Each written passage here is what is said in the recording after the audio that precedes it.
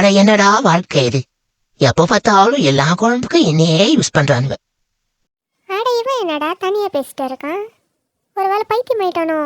சரி என்னன்னு போய் கேட்போம். டேய் மச்சி, என்ன சின்ன மேட்ரு, என்ன தனியா பேசினு இருக்க?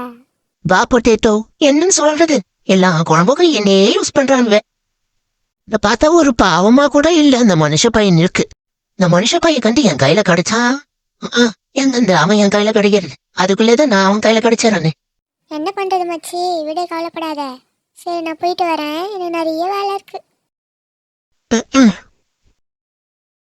என்ன இந்த டொமேட்டோ சோகமா இருக்கான்? உன்னை பார்த்தே ரொம்ப நாள் ஆச்சே. டே டொமேட்டோ, என்னாச்சு?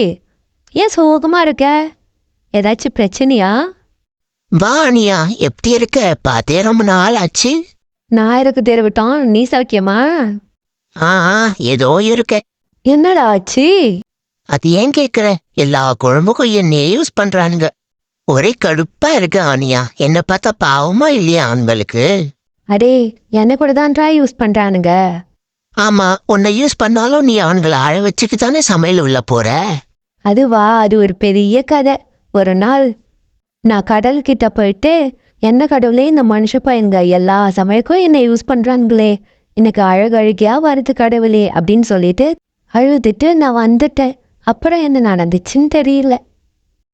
நான் அன்னைக்கு போய் கடல்கிட்ட அழுதுது, ஒரு மனுஷனும் என்னை வெட்டும் பொழுது அவன் கண்ணில் தண்ணி வர மாதிரி கடவுள் பண்ணியிருக்காரு.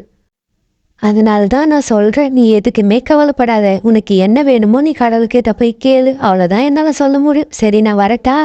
என்னடா இது, கடவுள் கிட்ட கேட்டா எல்லாமே நடக்குமா? சரி, இனிமேல் நம்மளும் கடவுள் கிட்ட எல்லாமே கேட்போம்.